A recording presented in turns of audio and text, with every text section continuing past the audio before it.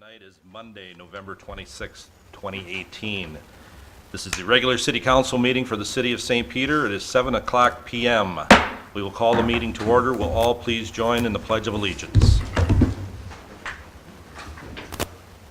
pledge allegiance to the flag of the United States of America and to the republic for which it stands, one nation, under God, indivisible, with liberty and justice for all.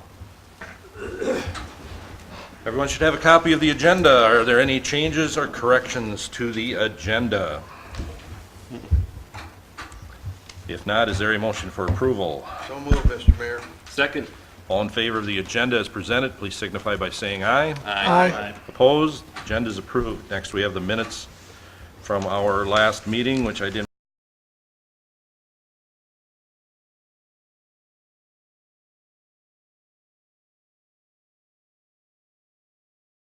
Those minutes appear on pages 6 through 8. Are there any changes to those minutes? If not, is there a motion for approval? Just a quick question. Yep.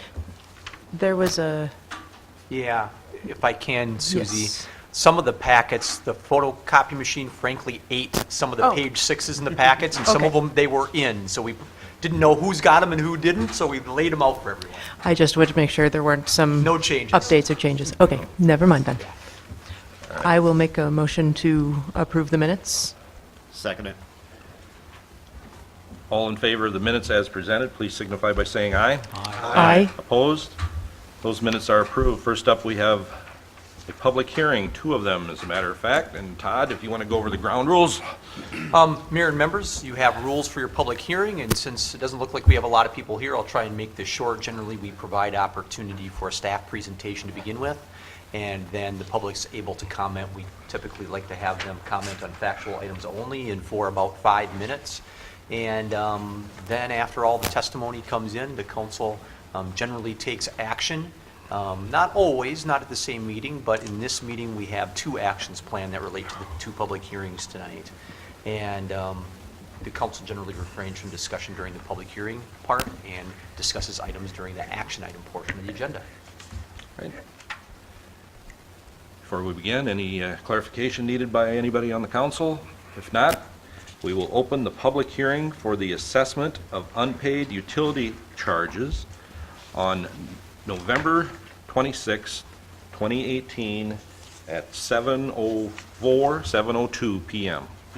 Mayor and members, Sally is here tonight to provide any information that you might have about this. Sally, if I could get you to come up just for a little bit, and again, we have 2 of these tonight.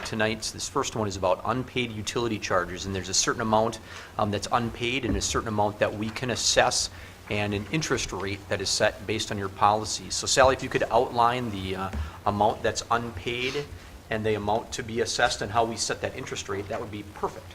Okay, the amount that will be written off that we can't assess will be $800.04. Those are for past due utilities that we cannot assess to property owners. And then there is $488.12 that will be assessed to property owners per your policy. The delinquent assessments carry an interest rate of 3.66% for 1 year, which is the Treasury bond plus 1%. So that's where we're sitting right now. Mayor members, the list of those unpaid are start on page 37 and conclude on page 38. And again, we'll be asking for action later in your meeting. Right. Okay. Questions? John? We are not assessing for a third of the total because, for what reason? That is the electric portion of the bill that is not accessible. It's to the renters or whomever accrued those costs, and we are not able to collect those. We've been sending them to collections and going through that process. The reason for that, John, is that state law does not allow us to assess that portion. We assess the portions that are allowed by state law. And that's Any other questions? And so for people who might be listening in, the portions that are allowable are water, wastewater. Is that what we're seeing here? water, Yeah. wastewater, garbage, Garbage? Yep. Okay. environmental services. Yes. Anyone else? Appropriate to allow for public input, Mr. Mayor? It is. All right. Thank you, Sally. And you can probably stay right there. I know we got another one coming up, but we need to conclude this one first. Is there anyone in the audience that would like to speak on this first public hearing for the assessment of unpaid utility charges? Okay, see no one. Anybody else have any other questions or comment at this time? We will be going over this a little bit later. If not, we will close the public hearing for the assessment of unpaid utility charges at 7:05 PM on Monday, November 26, 2018. Next, we have the assessment of, public hearing for the assessment of unpaid miscellaneous charges, and we will open that hearing at, on Monday, November 26, 2018 at 7:06 PM. And Sally? Yes, and these assessments are for miscellaneous charges, lawn mowing, snow removal, frozen meter, and the remaining of the jobs are for special projects, curb gutter, done at residential homes. We do have one change on page 42. Joshua Drinkle, it should be $1,646.11 instead of $1,800. Total due will be $52,961.80. We've assessed again based on the amounts, and that comes with the years, depending upon the amount is set up. So there's some that are for 1 year, 5 years, and 10 years. Members, you have a policy that dictates how long those are, and folks Right. can certainly pay in advance, and they receive correspondence about how to do that, assuming you move forward in the second part of your meeting tonight with taking action on that. Okay. Questions? Susie? Just one, so you mentioned Mr. Drinkle's was really 1,646.11. I happen to notice the line immediately above that is for exactly, It is, but they had the exact same. that's just a coincidence. Okay, I just wanted to make sure there wasn't Their a neighbors at the same space switch. that was So, done. okay. Correct, yep. Mayor members, if I can, I want to make clear too that in this assessment process, these are not delinquent. These are folks that have chosen to be assessed for a project or for activities that we've undertaken, so they're not delinquent at this point, which is different than what you saw under the first public hearing tonight. But on page 42, I believe it was, Yes, sir. down toward the bottom, there's a couple of them there that are under the 1 year. Those Those are are for not the- special projects. So those are the lawn mowing, the snow removal, and the Right. frozen meter, so they are 1 year. Okay, all right. Steve? What does that mean, Sally, deferred and decertify? What does that mean? There was a property owner last year that was assessed for her property.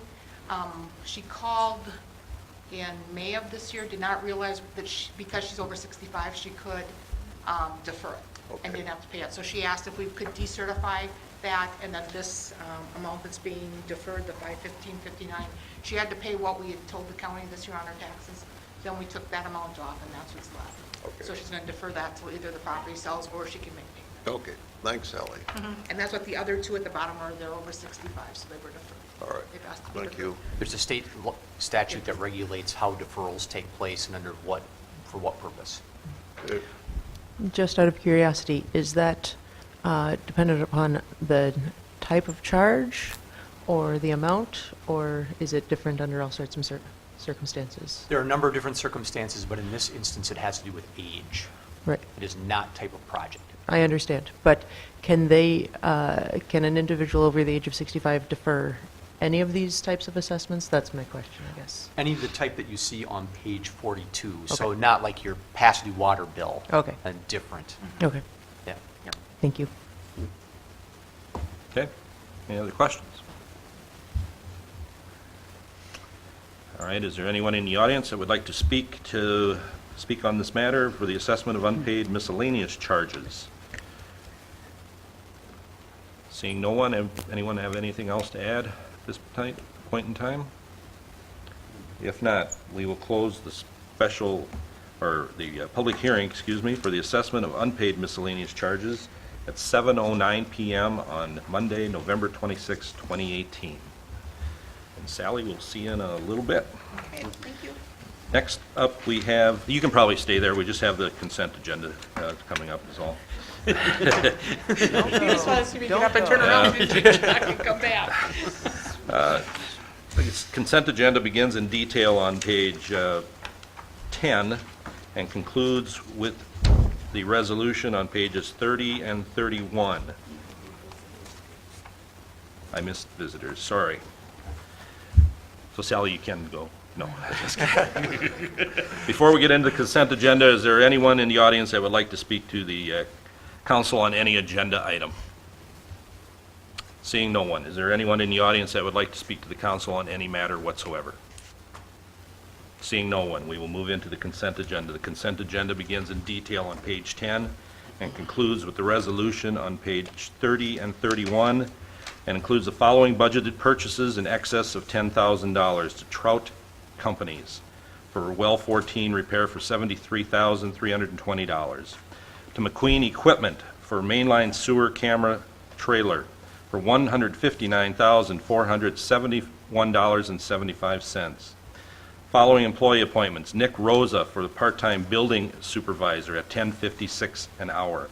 The following individuals are appointed as volunteer firefighters effective January 1, 2019. Donald Gardner, Nicholas Ganzen, and Logan Cummings. Item number 4 will be deleted. We are not going to do that tonight, so that will be removed from the consent agenda. The following license applications are hereby approved. A temporary gambling permit for Rocky Mountain Elk Foundation for 400 Union for February 23rd, 2019. To the Church of St. Peter, a temporary gambling permit and also a temporary on-sale liquor for 400 Union for March 23rd, 2019. We also have a list of equipment that is surplus, and 3 of them have to do with the lawnmowers and weed whips and things like that. Next is a transformer, and then we also have a trailer and a camera. Plus the regular schedule of disbursements for November 8th, 2018 through November 21st, 2018. Any questions, comments about the consent agenda? Mr. Mayor, if I can, the reason that I asked for item 4 to be removed is that the council asked to review that again at your next workshop with an entire list of fees, and so it was my error that it was put on this consent agenda. It should come back to you as part of the workshop, based on your request from your last workshop. Okay. John? Pat, what's our policy for putting $160,000 equipment purchases on the consent agenda? When you have things that are budgeted and over the amount, they can be on there unless they're funded through equipment certificate, John. If they're funded through an equipment certificate, they would be handled separately. So when we look at the budget, we don't really look at the individual pieces of equipment because they will come back to the council before we can buy them, so we don't really discuss them. And then when it comes back, it's on the consent agenda, so we don't discuss it then either? It seems odd. It's a lot of money. Oh, it's a lot of money, John. I don't view it that way. That's not traditionally how the council has handled this item, or these types of items. It's certainly something that the council can do. It isn't my view that you don't discuss these at budget time, because we do outline them very carefully and clearly as a part of the budget. They are not only listed out in the memo as being in there, but then we try and make sure that we highlight them as a part of the discussion. But if the council wants to have it a separate action item or review it at a later time or at a future meeting, that is certainly at the pleasure of the council. So what do you all think? Well, we talked about it previously, so that's when we went over the other budgets, and there was all this equipment that was being mentioned. I think we went over it, I remember it. Well, it was mentioned. It wasn't talked about, discussed. It was, Well, I don't know. If you're all comfortable with it, that's fine. well, that's mine. Anybody else? Sure, what the heck? I imagine at some point we had to have bids after it was talked about, and the bids are mentioned in there as well. So, Okay. Any other questions or comments? Mr. Mayor. Yeah, Steve? I just have a question, and I probably should address it to Pete. But on the page 10, we're talking about 3 bids to do some work on well number 14. and I see two of them around 84,000, and the Lowwood Trout Companies of Way Park was 73,000. And then I've noticed on page 27 of our accounts payable listing, we have trout on there for 12,000. Is that the reason there's a big difference, or would it not matter? These are for separate projects, Steve, or Okay. separate components. Pete? Sure. Related to the first bill on the consent agenda, that was related to pulling the well, creating a video, a log of the well, and then sharing that information with the city so we could go out and get competitive bids. They were the cheapest. They installed the well, so we assumed that they might be the cheapest when it came to pulling the well and videoing it because they knew the difficulties that lied ahead of them. Anytime there's uncertainties in a well project like that, cost is added. So Trout Companies did a nice job of logging everything for us. We took that information, sent it out to 4 companies that could do that work. A couple of them were busy, but still supplied bids, and as you can see, the 2 that are in the 84,000 range really had line items that were fairly close to each other as far as how they saw things. Mobilization was a key issue in that situation. Troutwell, again, didn't really have an advantage, even though they knew what was going on down there, because they're still bidding against the other companies as far as how that goes. And you can see that they left about $11,000 on the table on how that process went. But Pete, So- if I can interrupt you, I think Steve's question was, on the other part of the consent agenda, Yep. there's about a $12,272 charge, and I think he, if I heard him right, he's questioning if that was the difference, that 12,000 is why they were $12,000 No, lower there were here. two separate. Two separate projects, deals. Mr. Mayor, Yeah, Okay. then yeah. I One think was for the removal and televising, Right. creating the amount to contract. Okay. So is the pump on the bottom of the well, is it a submersible? Yes. And how deep Pump and is motor. that well? Oh boy. I can't tell you right off the top of my head, but I know it's in excess of 600 feet. Okay, all so right, deep, so deep. Yes. okay. Thanks, thank you, Pete. All right. Any other questions or comments on the consent agenda? The consent agenda, the resolution appears on pages 30 and 31. Once again, we are removing number 4. With that being said, is there a motion for approval? So move, Mr. Mayor. Second. Any other questions or comments at this time? Call the roll, please, Barb.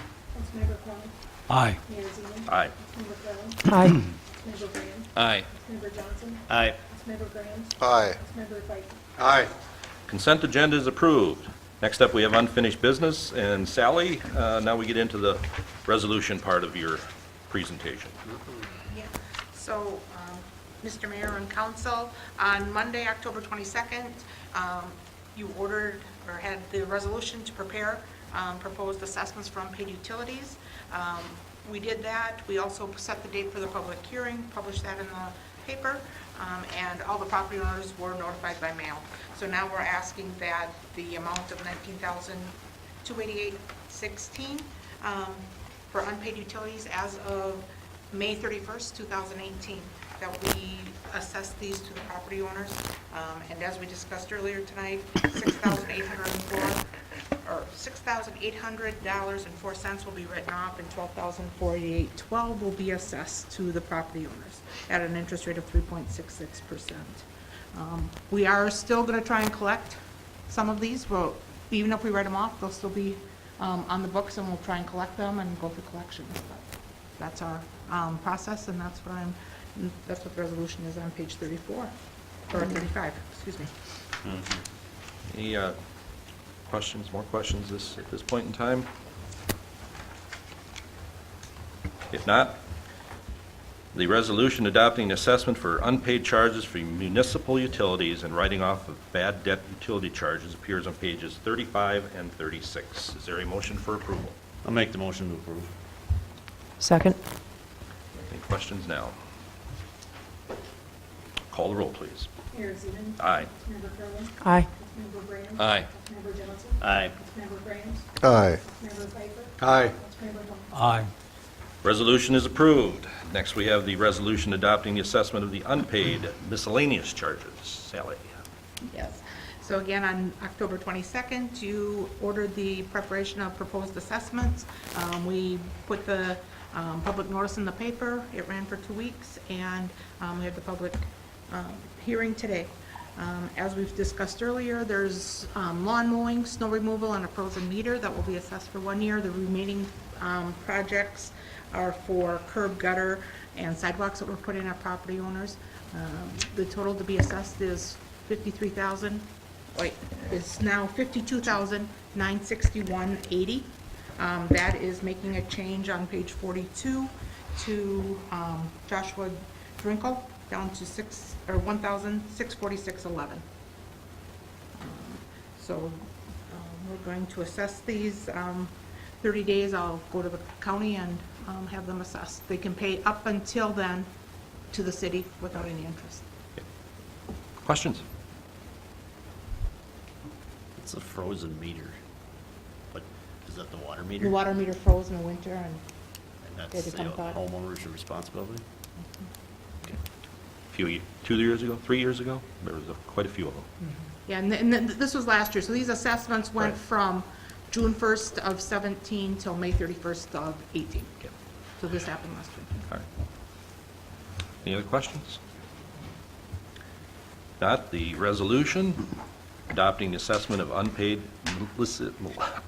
miscellaneous charges appears on pages 41 and 42, and on page 42 with the change under Joshua Drinkle, $1,646.11, for a grand total of $52,961.80.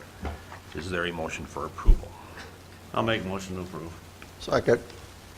Any questions or comments this time? Call the roll, please. Councilmember Carlin. Aye. Councilmember Graham. Aye. Councilmember Johnson. Aye.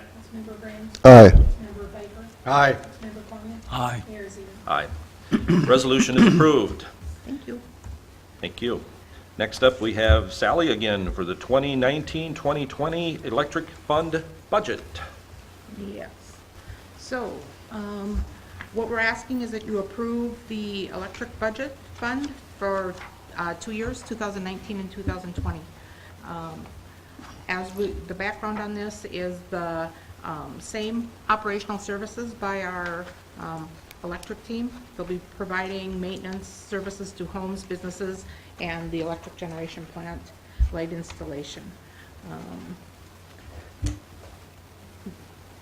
We are recommending that we approve the budget. There's no change in rates for 19 and 20 in the proposal. The proposed expenditures, excluding the SIMPA costs, increased $92,731 from the 2018 budget, and that's mainly due to employee costs, both wage increases and health insurance. SIMPA has announced a 4% decrease for rates, which would amount to $229,000 for the whole city. But we're proposing that we do not increase that or decrease rates to customers at this time. The proposed operating expenditures would be about a $136,000 decrease from the 2018 budget. We're asking that we use that to build reserves and to use it for other capital projects. There is $433,000 in the electric reserves that we're going to use for capital projects in 2019, and another $327,000 in 2020. Any questions? Okay. Questions for Sally? Steve? Looking at the reduction from SIMPA, this is a question I'm just addressing to Mr. Moulton. Does the board look at those reductions and then decide to pass them on, or do they make recommendations to the board to keep the rates as is and then, build their reserves? Just curious. SIMPA does a variety of different things when it comes to their budgeting process. They have a rate stabilization account, and basically they set a trend, and they have a margin of 3 to 4% on each side of that trend line of where they're going to not only spend capital funds, but maintenance funds. Their policy is once they're above those trend lines, they have to act within a window to get back within that criteria. This is a very unique situation for the Simpa crew because they are above the trend line. They have additional funds because of investments in Wisconsin with transmission and distribution lines that are serving coming out of different areas. So they're very happy with where they're at right now as part of the policy that follows that. Simpa recommended to the board, Simpa staff did, that they decrease anywhere between 2% and 6%. Okay?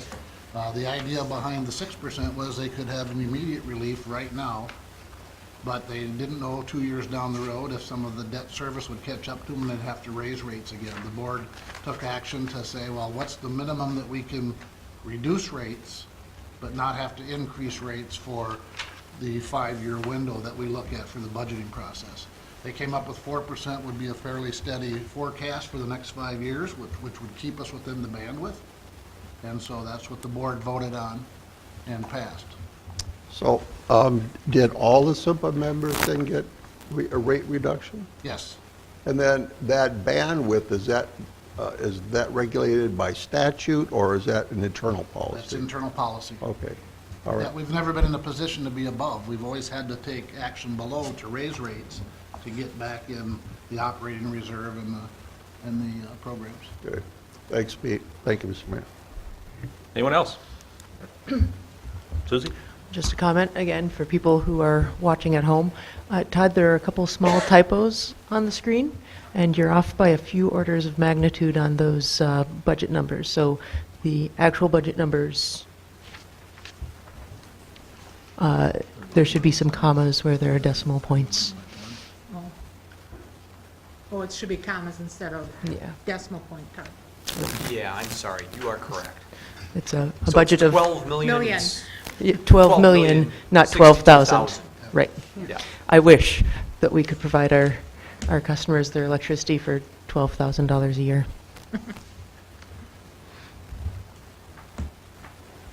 Any other questions or comments? I know we addressed this a couple of times in workshops last Monday and 3 weeks ago, I guess it was. And so that's how we came to this. Mayor members, again, what we're looking for, and so part of this resolution is an approval of a 2-year budget. And so this does not mean that you won't see the budget again next year, but we are looking for a 2-year budget. One of the theories that we brought to this, which is slightly different than what you've seen in past years, is that we hope that it provides more stability and more predictability for your customer base as to what rates are going to be and what your numbers are going to look like. If there's some significant fact change or issue that comes up, certainly that'll come before the council for your review, but that's one of our goals in trying to do a 2-year budget cycle here for you. Any other questions, comments? The resolution adopting the 2019-2020 electric fund budget appears on page 80. Is there a motion for approval? So moved. Is there a second?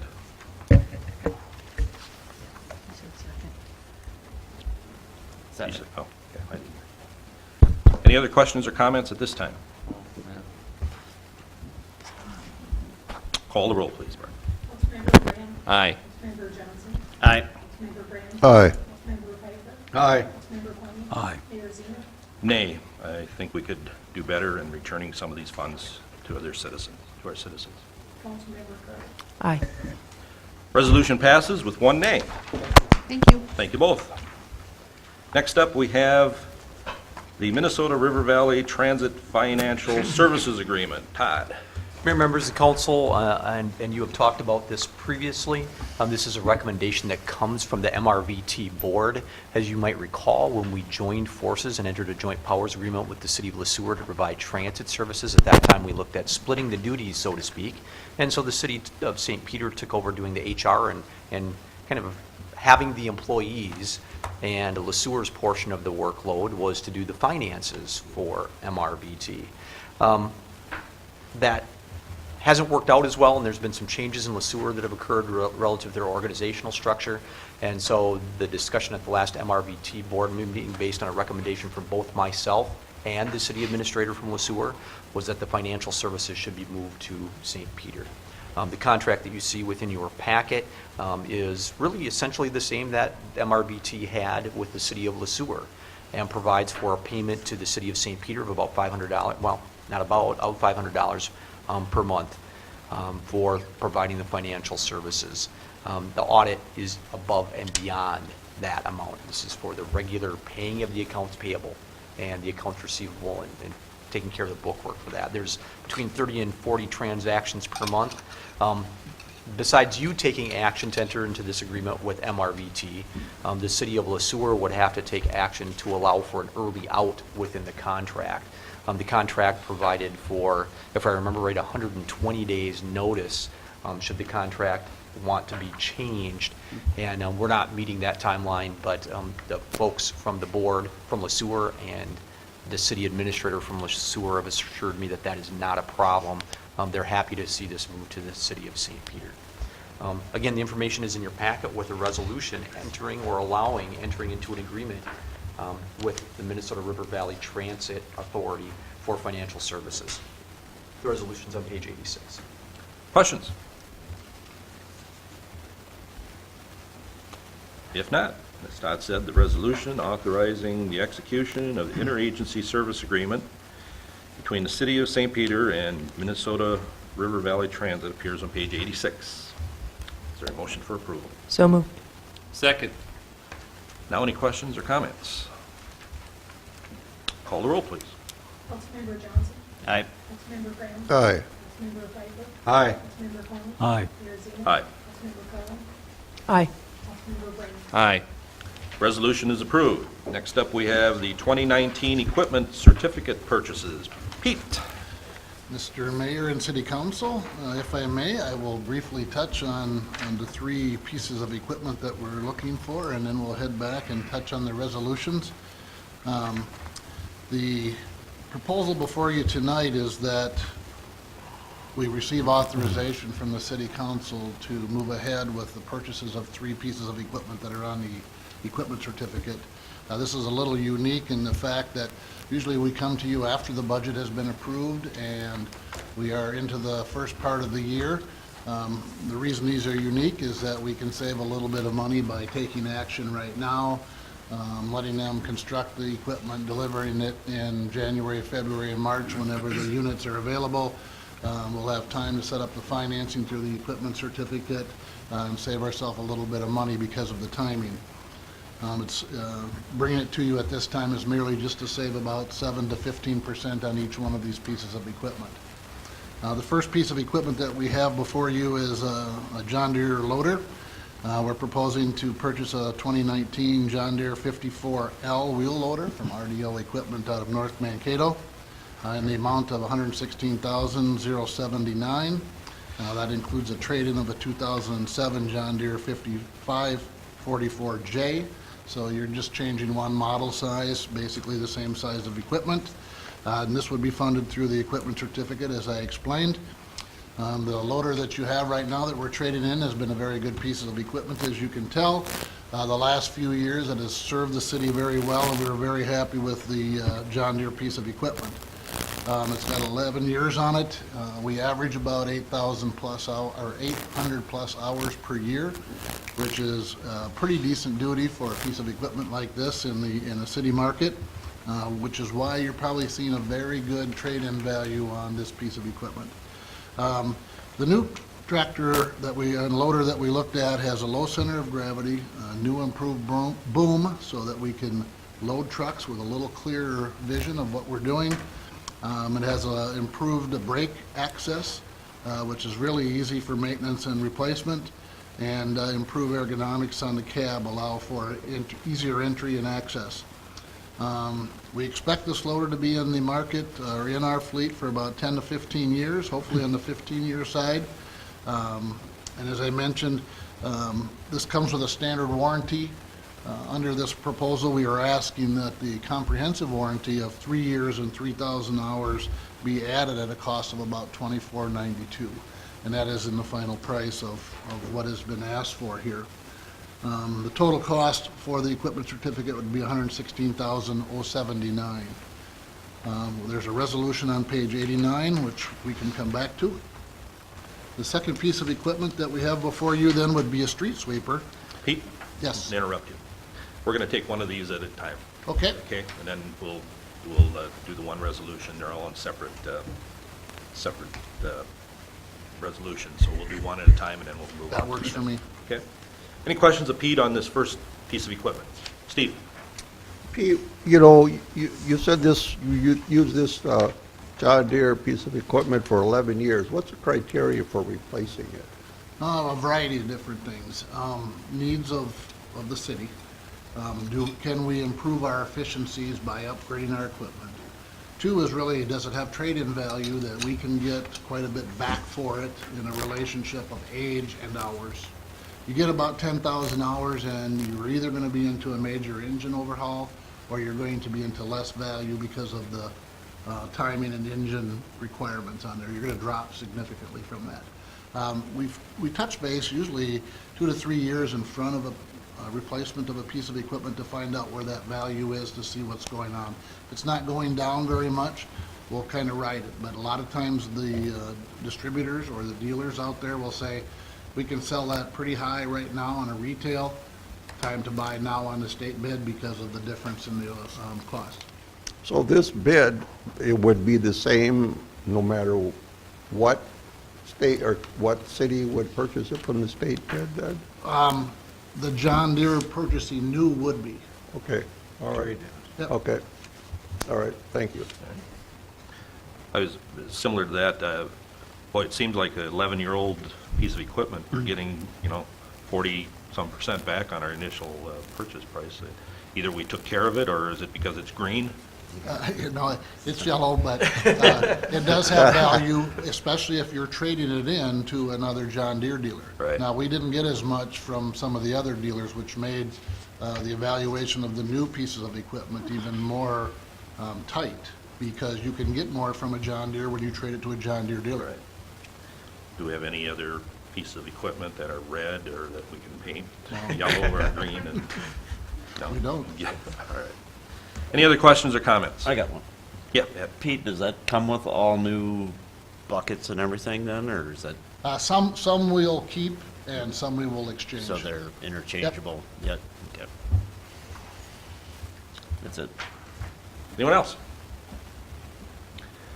The resolution for authorizing the 2019 equipment certificate purchase for a wheel loader appears on page 89. Is there a motion for approval? Move the resolution, Mr. Mayor. Second. Any other questions or comments this time? Call the roll, please. Councilmember Graham? Aye. Councilmember Pfeiffer? Aye. Councilmember Klum? Aye. Mayor Ziegler? Aye. Councilmember Carlin? Aye. Councilmember Brennan? Aye. Councilmember Johnson? Aye. Resolution is approved. Thank you. Next one. We are asking that we work with McQueen Equipment out of St. Paul to purchase an Elgin Pelican with a dual sweeper unit. It is, these units are fairly expensive, as you can see. The existing unit we had was a 2005 Elgin Geovac. We had purchased that used a few years back, and that was a vacuum type of sweeper, street sweeper. Served us very well for a lot of different operations that we performed. Especially related to the stormwater pollution prevention planning. And so we need a piece of equipment that will be able to be versatile, easy to load dump trucks with, and perform a lot of the stormwater operations that we require out of a sweeper of this caliber. We did demonstrate several other units and found the Elgin unit to be very superior to a lot of those units. And we're hoping that we can have this unit in our fleet for the next 12-plus years, depending on the amount of sweeping that we need to do and how everything goes within our operations. Elgin sweepers are very good at picking up seal coat rock, as you guys probably know. That's one of the main things that we do this in a very timely manner to keep the dust down and to perform a lot of the reclaim of the rocks there. Your total cost for this, the Elgin brand new, is $216,667. We will get about $15,786.01. Now, this is probably a good example on the trade-in where if you keep a unit a little too long, you've lost quite a bit of your trade-in value. And because of the type of sweeper we're looking at here, the total cost is going to be just about $200,880.99. There's a resolution on page 95, and I'd be available to answer any questions you may have. Questions? Susie? Pete, when I'm looking at the total hours, there are the hours for the sweeper and the hours for the truck. Was the sweeper completely replaced at some point? The sweeper It was mechanism? maintained and gone through. Okay, so it had enough parts switched out that we started over on tracking those hours? Yep. Okay. There's no way to use the vehicle without the sweeper, is there? No, it's Okay. an attached unit. It's kind of like our Vector. You have to have one in That's order what to I have thought. the other. Okay. I just didn't know if we weren't using the sweeper and getting some of those miles on the truck, No. or hours on the truck elsewhere, but Right. that's just updates to the sweeper that, Yep. I mean, it's more recent. Okay, thanks. Steve? Pete, we purchased an Elgin sweeper here a couple years ago, didn't we? I don't know the exact year, but I was going to say more like 4 years ago. Okay, time passes by quickly, Yep. doesn't it? Another question, do you have two of these going in the city? We do. You do, do the parks folks have to be certified to operate one of these then? Now, the streets crew operates these units, Okay. and they do not have to be certified, but they are very difficult to operate and require a great deal of attentiveness to make sure that everything works here. They run in tight quarters. These things run in and out of cars in very tight conditions, and so, yes, you need a very important driver and very observative driver. Okay, thanks. Jeff? Yeah, I was just looking at the price in the 2005 for 77,000, and I look at the brand-new price for these, and there's a big difference. Any used ones in the market? The only problem you have with used is you don't know what you're getting, and that's probably a good example. When we bought this 2005, it was a newer type back. We did have to put quite a bit of money into it initially. Once we started using it on the heavier side of what we do, we experienced quite a bit of breakdown. It was more of a unit made to vacuum instead of to sweep and pull. And so the unit we're looking at now with the dual sweeper more or less collects the rocks and pulls it in compared to the back end to suck it off the ground. Okay. Pete, but I have a question here. On page 90, when you're giving us this details, it says 2005 Elgin, but then we purchased it in 2005 used. I thought we purchased it in 2005. That may be correct. But you said it said that it's a 2005 unit. Yes, there might be a typo there.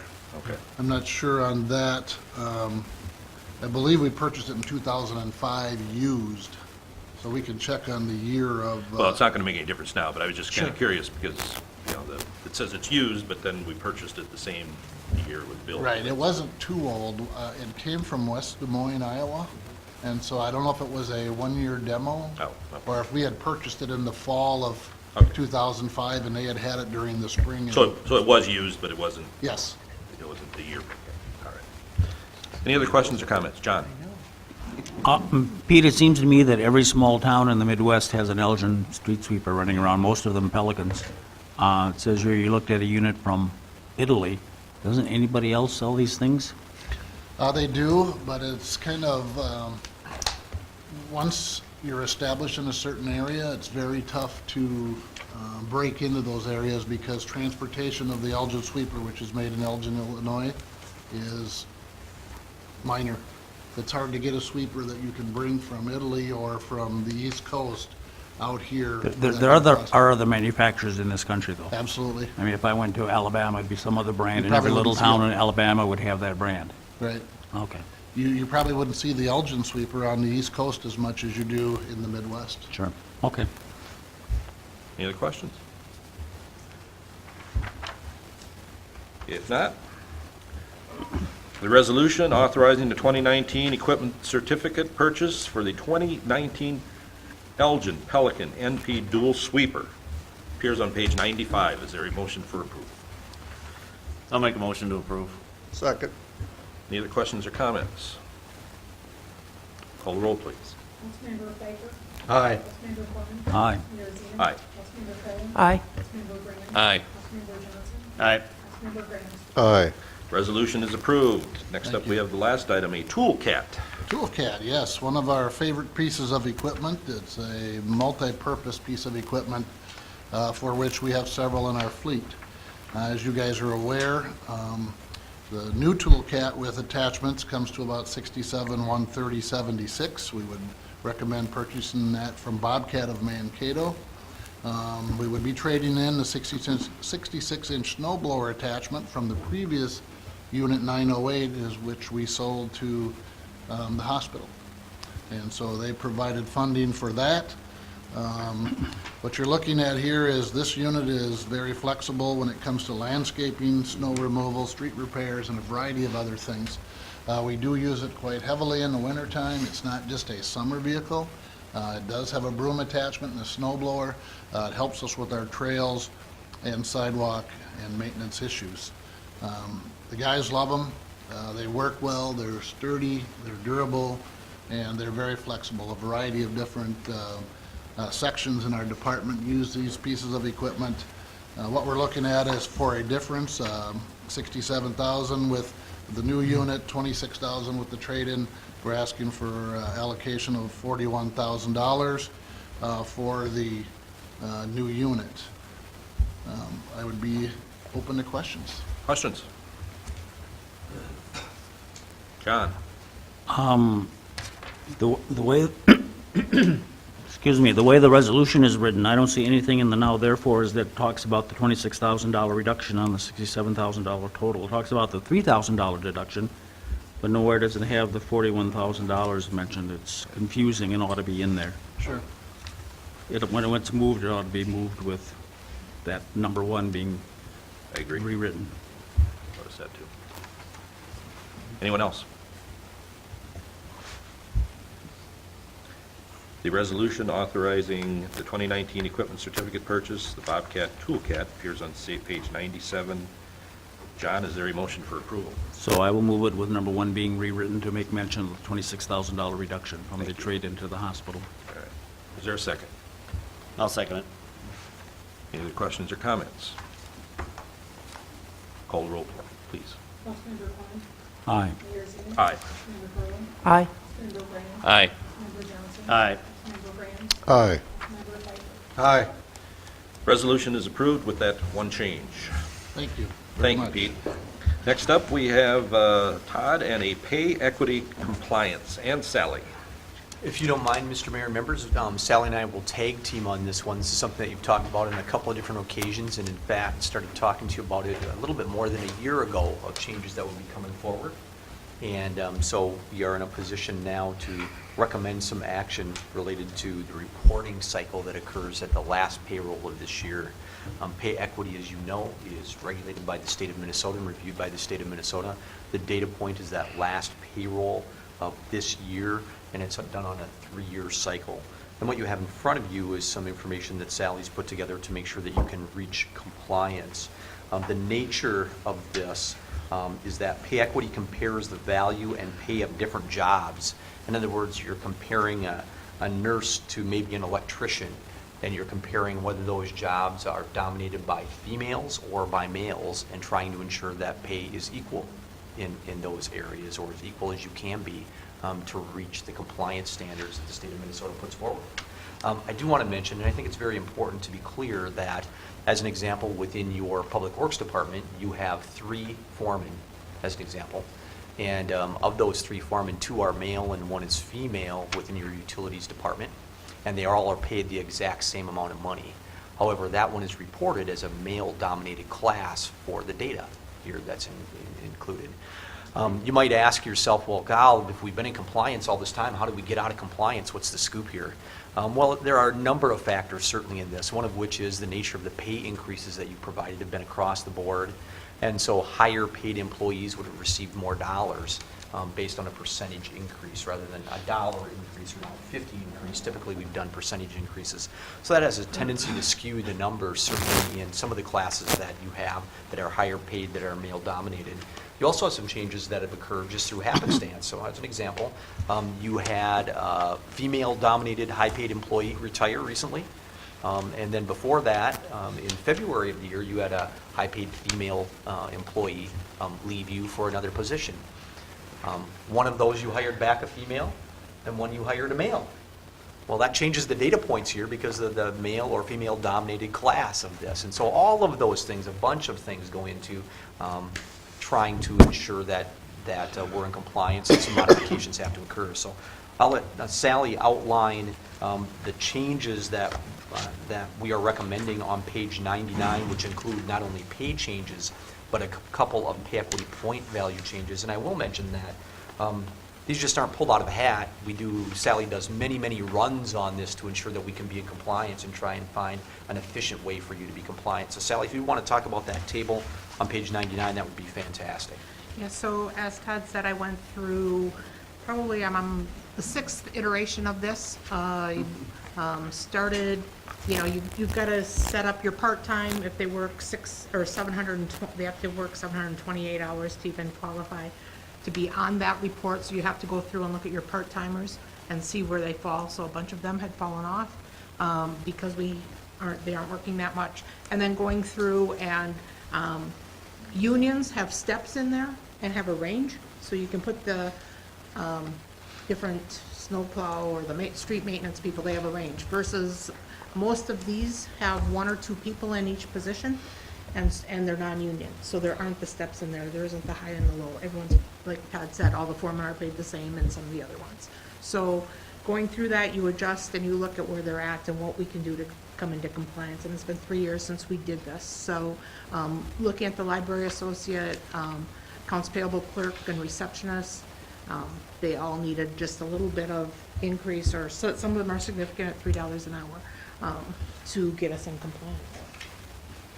So work through that, and then we had a couple pay point equities of what the people did. Todd said the work was done back in 89, the system that you established was done in 1989. So there's like 3 different accounting people, accounting jobs, and you fit each person into what they're doing. So that's how you come up with your pay equity points, and that's why we review that when someone leaves. We bring the job description and look at pay equity points at that point and see if something needs to change. So, and like Todd said, with losing 2 long-term employees and bringing in, well, me as one, and recreation, you lost some longevity points in there because we don't qualify, and there were 2 women ones. So that threw us off because there's different things that they look at also. Mayor members, the information is included in your packet, and the resolution is on page 101. Under number 1, you'll see the new hourly rates to be established effective December 2nd. The reason it's effective December 2nd is because the payroll for those hours is on, if I remember right, the 21st. The 21st. And so, again, the last payroll of the year is the reporting payroll. And so we have to make sure this is effective at that point. And then modification to 2 of the pay equity point values for the assistant lead librarian and the accounting clerk. Okay. Any questions? Steve? I have 2. Todd, do all the cities in the state have to go through this process every 3 years? Yes, sir. And then if 2 positions have the same pay equity points, does that mean they get paid the same then also, the range, or not? It does not necessarily mean they get paid the same, but certainly they need to be within a plus or a minus of each other. That's Okay. what this Test does. What this test does. It tells Okay. us that we have to be within 80% of Okay. this, and that's what they're looking at. All right, okay, thanks. Anyone else? Susie? So I don't understand the calculation that's done to come up with the pay equity points for individual positions. That's something that we do as a city. That's not something that's dictated by the state or a governing board. Is that correct? The plan that you have in place is established by the City Council of St. Peter, and it mirrors the plan that was adopted by the City Council in 1989 was the state job match plan. Okay. But for instance, when we've changed pay equity points for a couple of positions, I don't quite understand what that means. Okay? I understand what the change in rates, I mean, I understand the broad system of why we do this and how we're trying to get those things equal, but I don't understand how we change the points? What does that symbolize? That symbolizes a change in 4 or 5 primary areas, or a change in, frankly, my belief as to what's required within those 4 or 5 primary areas, which include responsibility, which include impact on operations or budget, which includes certification or technical certification and skills, includes environmental standards. So arguably, if you're someone that's given 100 points and another position has 100 points, but you work in 30 below weather all of the time, you should have a couple more points than the other person who works in the office at 100 points, as an example. Pardon me, the 5th one is out of my head right at this second. I'm happy to call you with what that 5th one is. I just can't remember what that is. Not important. And so, as an example, in the accounting clerk here, the state job match system provides for, again, forgive me for not remembering the exact number, but there are 6 or 7, or maybe it's 8 levels of accounting within the state job match system, of accountants within that system. It's my belief that over time that this position has changed and doesn't have the level of responsibility that it had when it was originally put in place in 1989. That has changed because of systems and structure, organization, divergence in the ability to assign certain tasks to other parties. And so that's one that could go from, and as an example, in the state job match system, that might have been an accountant 2 to now an accountant 5, or something like that. And so there's a review that gets done, look at what the current practices are, what we see within our current organizational structure, responsibility, all of those items, and then I try and go forward and categorize them within what I think is the proper category within those 6 or 7 or 8 within the state job match system. So this is a great example of one that would have been at 200 points, I believe, or maybe it was 203, that has been moved to 162 in this example. You will notice, though, that this one still is receiving a pay increase of 50 cents an hour to help ensure compliance on the pay side of the equation that we have to make sure balances out appropriately. Has that helped, or is that too much? That helps. And I don't have a concern that this has happened here, but basically, to get into compliance, there are 2 ways we could do that. We could increase the rates of people with lower pay equity points, or we could decrease the pay equity points. I would argue that there are probably Do you 4 or see- 5 different right. ways. You have mentioned 2. I think the other ways are, you could reduce pay in higher point levels. You could do Also, that. yes. So that's one of the areas that you could go forward on. Let me think. You could develop ranges. Right. Has Sally articulated, because there's then multiple points at which you report against, that gives you a range in which to operate. And so the overlapping pay then occurs within those ranges, rather than specific data points that we see in most of these positions. So typically, we look at pay equity points at the time when a position has a vacancy, and we hire a new person for that position. So these positions have both been open in recent years, is that correct? The last 4 to 6 Okay. years, I Okay. think. So, okay. All right, that's enough. That's more or less what I was trying to figure out, is how far out of date do those numbers get, and how much do we adjust those now versus other ways of meeting these requirements? So ideally, we'd be better on track for those positions that have been coming up more recently to adjust pay equity points at that time, rather than doing it kind of retroactively now. Oh, ideally, for sure. Okay. You bet. Okay, that's all. All right, thanks a lot. Steve? I don't understand one statement, if I heard it wrong. You're saying there's not a pay step range in these positions that are not covered by a collective bargaining unit? Most of your non-unionized positions, Steve, do not have a number of steps within its pay structure. Okay. They are single-pointed pay structure. So as an example, street sweeper Pfeiffer gets paid 10 cents an hour. And when the council makes a wage change, if he's non-unionized, they give a 3% increase, as an example. And so the number then moves forward. But there's not, some street sweepers get paid $9.50, some get paid $9.75, some get paid $10, some get paid $10.25, some get paid $10.50. In those non-unionized positions, we do not have scales or ranges. That is certainly something that you could develop if you want to develop it. I would suggest that, although I know you don't like making these modifications, this is probably easier, more efficient, less painful, frankly, than developing ranges for every employee classification within your system. We certainly can have that done for us. There are companies that do that for us. They typically charge between $30,000 and $50,000 a year. It's certainly work that you could assign to me and I could undertake, and between Sally and I, we could make sure that that gets done for you if you choose to do that. Again, you haven't had compliance issues over the last number of cycles. This is your first compliance concern that we've had. We articulated it more than a year ago that this was going to come up. We took some steps to address it as a part of pay changes last year and kept reminding you that this was going to come forward and wanted to make sure that you were aware. Yeah, that's fine. Just one final thing. Are these positions not in a collective bargaining unit because they're classified as being confidential, or? No. No, okay. All right. That's it, Mr. Mayor. Thank you. Just to be clear, you have positions within your collective Right. bargaining agreements that do not have pay scales. They are Right. fixed point pay. All right. So not, just because you're union doesn't mean there's a scale. Right, It's- okay. That's not exactly correct. Right, okay. Anyone else?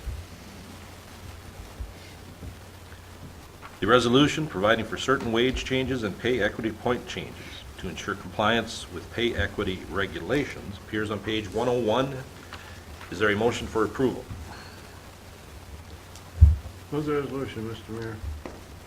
Second. Any more comments or questions? Call the roll, please. Mayor Zeman. Aye. Councilmember Carter. Aye. Councilmember Graham. Aye. Councilmember Johnson. Aye. Councilmember Graham. Aye. Councilmember Piper. Aye. Councilmember Bowman. Aye. Resolution passes. Thank you, Sally. Thank you. Next up, we have the 2019 polling place designations. Todd.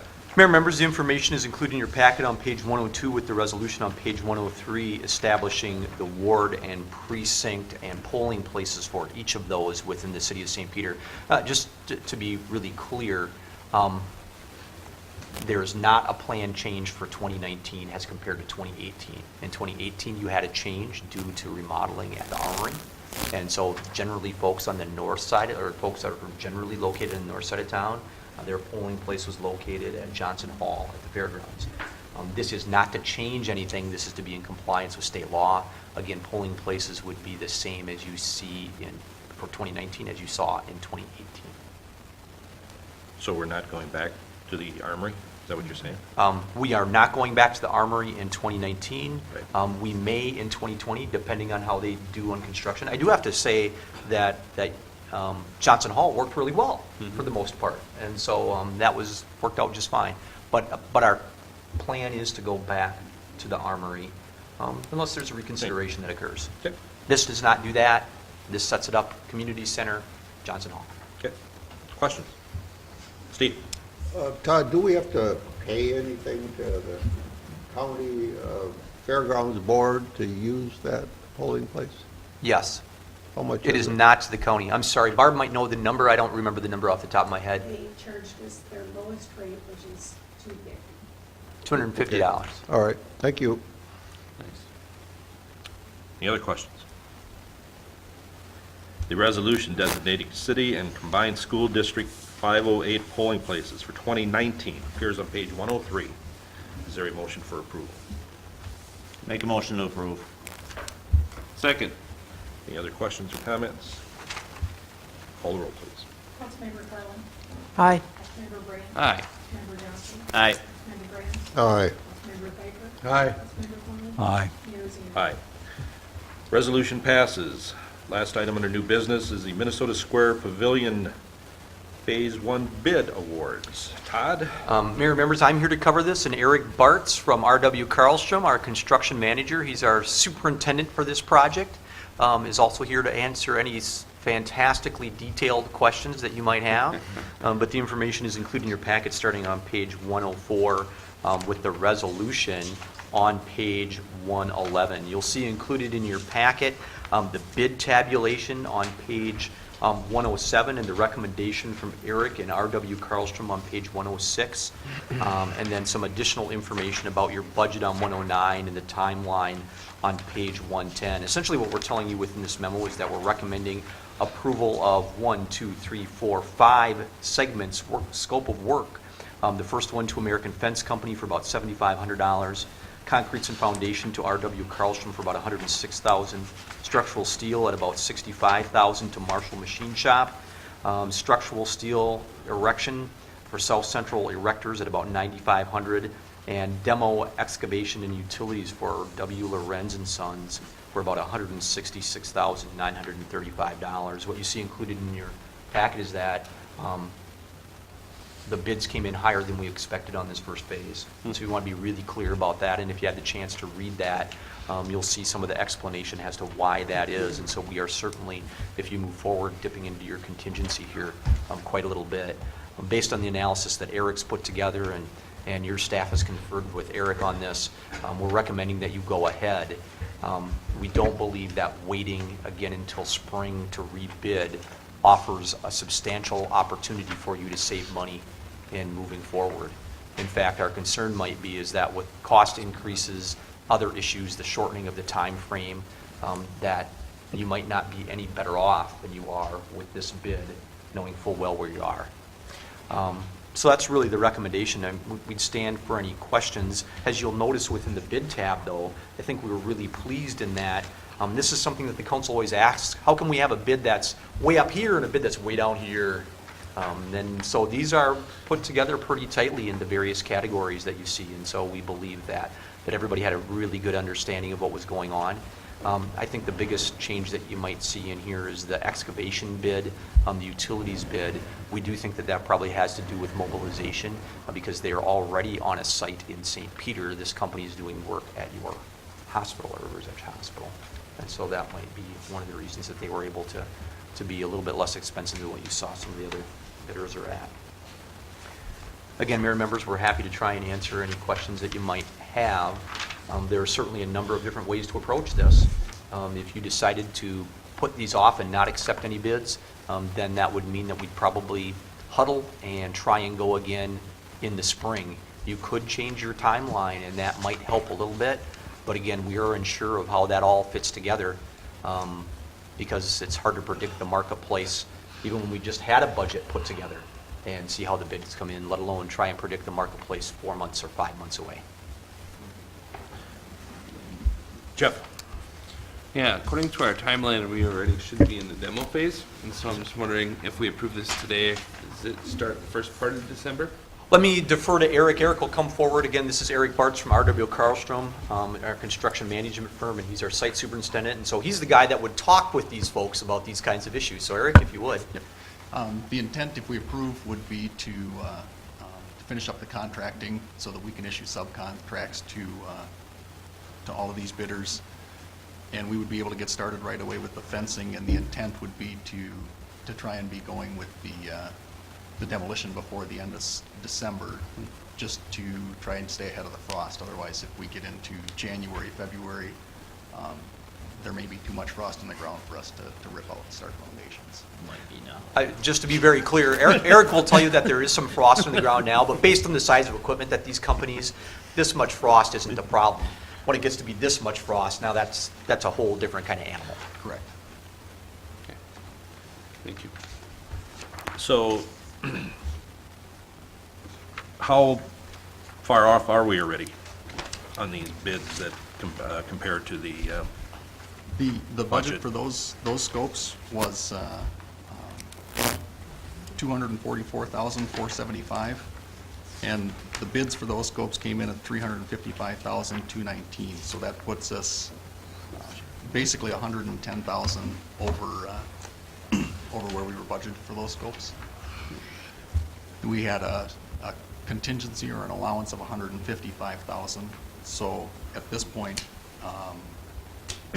prior to bid package number 2, we would have $45,000 left in that allowance or contingency. So the other, down the road, the other ones better be pretty close. Correct. Yep. And you have some alternate bids that you planned for as a part of that, so we're going to continue to be hopeful if you move forward. well, I think we definitely need to move forward. It's, again, separating wants and needs, and I think this is definitely a need. Any other questions or comments? Steve? Todd, at what point are we going, as a council, going to address the funding of the pavilion? From my perspective, Steve, you have addressed it. There are a number of specific actions and resolutions that you have to pass to continue to move forward on this. That's what I mean, yeah. Yeah, and so that will happen, as we discussed with Shannon previously, after the first of the year. So I would anticipate likely the second meeting in January is one of the key points for that. Having some of these numbers moving forward helps in that process. But you are taking a leap here. There's no Right. doubt about it. No, yeah, I understand, and, yeah, I agree with Mr. Mayor. I'm just wondering when we would finally Yep. address that. Okay, thank you. Any other questions? The resolution awarding bids for Minnesota Square Park Pavilion, Phase 1, appears on page 111. Is there a motion for approval? So move, Mr. Mayor. Second. Any other questions or comments? Call the roll, please. Councilmember Graham, Aye. Councilmember Johnson, Councilmember Graham. Aye. Councilmember Pfeiffer, Aye. Councilmember Koenig, Aye. Aye. Councilmember Farrell. Aye. Resolution passes. Thank you, Eric. Sticking around. That concludes our new business. Next up, we have reports. I really don't have anything to add tonight, Todd. Mayor, Leave members? it up to you. Then if you don't mind, I'll go forward on simple election, although this might have been referred to just slightly a little bit earlier. We do want to mention that your Public Works Director, Pete Moulton, has been elected to the SIMPA Executive Board. It's been the council's wish for many, many, many years that if we are members of an organization, that we should not only participate, but try and participate in leadership positions. And so Pete's worked very diligently to make sure, and I guess campaign, it's not the same that we've seen over the last number of months, but campaign for a position on the executive board of SIMPA, so. I didn't see any yard signs. If you need some ever, Pete, I've got some. You might have to paint them over a little bit, but... Pete will be the treasurer of SIMPA for the next cycle, and as you may recall, generally the process is that you move up kind of the leadership ladder. And so Pete does a great job with that and is well respected within the SIMPA organization, so we're really happy for him. And also it is very good for the city of St. Peter to have folks in those leadership organizations, especially in that entity that, as you talked about earlier, is part of a $12 million budget. Our purchase power there is $9-10 million, and so it's a significant purchase. So being under leadership is important to us. So I want to congratulate you. Yeah, and I'd like to reiterate, too, thank you, Pete, for doing that. You, in SIMPA meetings that I've been at, I know that when Todd used the word respect, that definitely is a word that rings true with the other SIMPA members and people that I talk to, that we are fortunate to have, especially on this board, too. Thank you. Let me move on if I can, Mr. Mayor. Then the next one I have is council member vacancy process. As you know, you have a process going on to fill this, and you have 7 folks that have submitted information. And so you should have all received within, I think it's either 2 or 3 emails, all those folks. As we get new ones, we send them out to all of you so you can review those. And the mayor and you discussed a process for that, and so that continues to move forward. The deadline for that is Wednesday. The 28th. The 28th at 5 o'clock. So if there are other folks that are out there and interested, please submit your information. There's information in the hot sheet on our website about how to do that, or give me a call. We'll be happy to get you hooked up with what you need to do to submit your name as a person who's interested in serving the community in that way. We're excited to have people that are interested. It's great. The next one that I have is Minnesota River Valley Transit route elimination. This is something that the council had asked about a little bit. This is under the purview of the Minnesota River Valley Transit Board, of which members Graham and Carlin serve.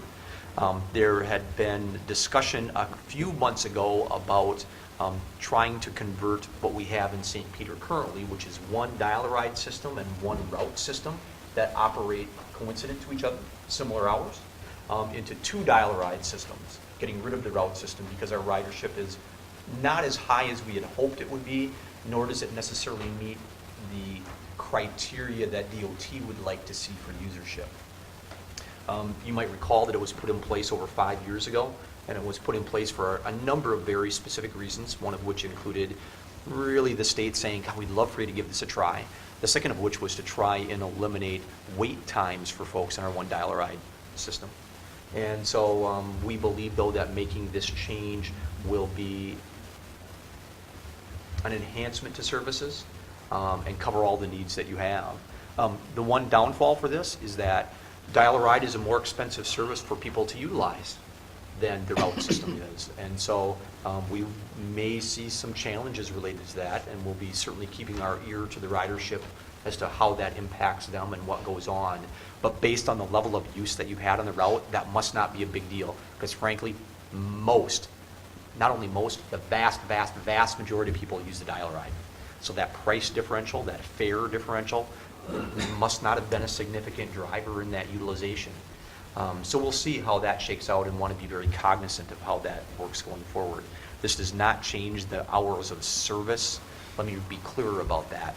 This does not change the number of hours of service that you have available to people, to your citizens within St. Peter. This does not affect Le Sueur, because Le Sueur does not have a route system. They are 100% dial-a-ride system.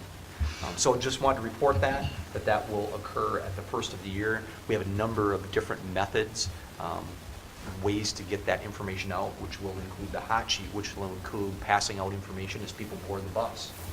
All of those kind of ways, signage, lots of different things that we'll utilize, including visiting with some of the folks within our community who have a lot of clients or others that utilize services. So as an example, we'll go to Parkview Manor and stop in there and visit with the manager there and some of the tenants and remind them that this is going on. We'll stop by the health clinics and the assisted living facilities that utilize the services a lot, and remind them and pass out new schedules and remind them of how to reserve a seat and how dial-a-ride works. And so I think we'll have good success in getting the word out, again, for that first of the year change. Okay. The last one that I have is actually something that is for the city attorney to do.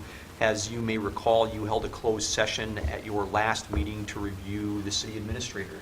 And under state law, at the next regular meeting, there needs to be a report on that. And since the person that does that is your city attorney, I would turn it over to Jim to provide for that report at this point. Thank you. Basically, the meeting we had, we took evaluations, which we've done for the last several years. The evaluations all came in very positive, and the council directed me now to review those evaluations and discuss future employment with Todd. We do have an appointment scheduled for later this week, and we will report back at probably next council meeting. That's it? That's it. Wow. Anybody? You have anything else, Todd? The only other thing that I have, Mayor members, is that I'm recommending an executive session to discuss union contract negotiations for both communication technicians, dispatchers, and police officers. I do not expect that you'll come back into session to take action on either of those two, but only to adjourn the meeting. Before we do that, kind of a follow-up question on the council vacancy process. The information that the 7 candidates have provided to the city, is that public information? Yeah. So the city has it on their website, or they have it on their Facebook page, or where are they putting this? Where would you like it to be put? Well, It was, you guys went a little bit different direction than we had anticipated. It Yeah, is I know. public information, and so it would be our plan to provide those names, for sure. just the names. The information that they provide is public information. Then it should be somewhere that the public can see it. Well, I don't know where, a person more media savvy than myself should be deciding this. Can it be just stated that it is available upon request, or is that not the way to do it? Certainly. You can Well- do that. We can put it on the website, whatever you'd like to see happen. It seems to me that people in town should have an opinion, and if they want to talk to council members about what they think about this, it should be, this is a public position. You run for office, this is all out in the open for everyone to talk about and know about. I don't know if have you seen any of the ones so I far? haven't looked at them. Huh? I haven't looked at them. Oh. Well, not most of them, but a lot of them have recommendation letters with them. So, Well, I don't, but I mean, as far as other people making comments on it, there are people that. Why are don't you give making me a few comments, days but- to get an additional web page together, and we'll throw it up as a PDF file on, with a link, maybe on the front page of your website, or under the council portion of your website. We'll also promote that within the hot sheet, and we'll put a little link on the Facebook page, and since we're going all out, we'll tweet about it even. I mean, We this could is, do this is not something we're doing in the dead of night, and it's, we do make an effort to involve the general public in our activities and such, and here's an outreach opportunity, I think. You know, I have a different thought about that. Yeah? It's kind of like It's going to be so sad to see you go. it's kind of like a couple Do we have to years vote ago. on that? You might remember a couple years ago when Al Franken stepped down as senator, the governor made an appointment, and he made the appointment without public input, without the input of legislators, in fact. And so I look at it kind of in that realm, in that vein, but we still have input, which is something that wasn't the case when the senator was selected. But, you know, there will be a year before there's an election, and so there's that also as well. But I don't know if what we're doing is one way or the other is good or bad. I just want to make sure that we also don't erode any powers that the mayor already has, and that we bestow upon the mayor to make the judgment. That's my opinion. Yeah, the thing, if I remember right, Todd, it was stated to the people submitting an application or a letter or whatever the case may be, that it was public information. Yep, that is correct. So if they know it's public information, I don't have any problem with. Yeah, like- I'm not sure the letters of recommendation ought to be public. Those people that wrote that did not know that that was going to be public information. I mean, I'm sure they did not know that. I would be cautious about anything within the packet as being private data. But if they submitted it, you provided notice to them, I'd be cautious if I was you as a council as to what you deem not being public and what is public. If they submitted the packet, it was very clear that everything that they submitted was going to be public information. We did have someone that submitted information and included their social security number. Oh, that shouldn't be out there, and so I covered that up. There are some things like that, but if they had letters of recommendation within their packet, I would be hesitant to deem that as being private information. Right. That's certainly part of the process that you put in place and decided to have in place. I would agree. The other thing, well, and this is another one, I don't know if that makes any difference, that one of them might sent a lot of transcripts. Correct. With, I don't know. Part of the process, I Okay. think. Yeah, Again, I have no that's- problem, but I just, might be something Yeah. that, there might be some personal information on there, accessible information. Yeah, if I can, Mayor and members, maybe the best way to do this is to wait until the deadline expires, and then we put them all up at once rather There you than go. piecemeal or happenstance. Yep. You told me last week that you wanted them right away as they came in. I The orig- did. I don't know if everybody else did. There but was I did. discussion of the entire council, and so my It was just the perspective mayor. was that you would get them all in one bunch just to make it easier. There was time to do it unless you have 50 people that submit. Again, right now, you're at 7. So did more get sent out today? Yes. Because I got 5 before the weekend. Yep. And, okay. Yep, so our Check goal, that right away. as we said in an email to the city council, is that as we receive them at the end of the day, we would send the new ones out. Okay. All right. So we'll make the information available, but not until after 5 o'clock, sometime after 5 o'clock on Wednesday, If I can, that's, probably Thursday. that isn't, just so that I can feel clear in my discussion with the city council, this is public information. So if the Herald called tomorrow and said who's on the list, we would provide them with the information that's on the list. My intent would be to put the link, put it up on your website, et cetera, after the deadline. So giving me until Thursday to get that to happen. Okay. All right. Anybody have anything else, either on this or any other item they would like to bring up or discuss before we go to closed session? Because we are not going to come back into open session, or we will, but just to adjourn. Anyone else? If not, On page 112, there's a resolution calling for a closed session for negotiations, union negotiations with the Law Enforcement Services Local, and for, is there another one in here, Ted? Yeah, they should be both for LELS. One is for communication Oh, I'm sorry, yeah. technicians, and then also for police officers. They both say communications technicians. If you wouldn't mind then modifying that as the resolution is approved to include both communication technicians and police officers. Police officers, okay. With that change, calling for a closed session, is there a motion for approval? So moved, Mr. Mayor. Second. Any other questions or comments? Call the roll, please, Barb. Councilmember Johnson. Aye. Councilmember Graham. Aye. Councilmember Pfeiffer. Aye. Councilmember Thomas. Aye.